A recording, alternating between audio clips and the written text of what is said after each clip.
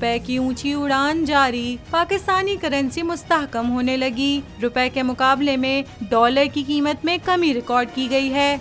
Interbank में dollar की कदर में पाकिस्तानी रुपए के मुकाबले में 9 पैसे की कमी हुई है। इंटरबैंक में कारोबार के अख्तिताम पर डॉलर का भाव 9 पैसे कमी के बाद 278.68 रुपए है। इंटरबैंक में कारोबार के अख्तिताम पर डॉलर का भाव 9 पैसे कमी के बाद 278.68 रुपए है। इंटरबैंक में गुज़िश्ता रोज डॉलर 278.77 रुपए पर बंद हुआ था। दूसरी जानिब ओपन मार्केट में डॉलर का भाव 280.25 रुपए पर बरकरार है।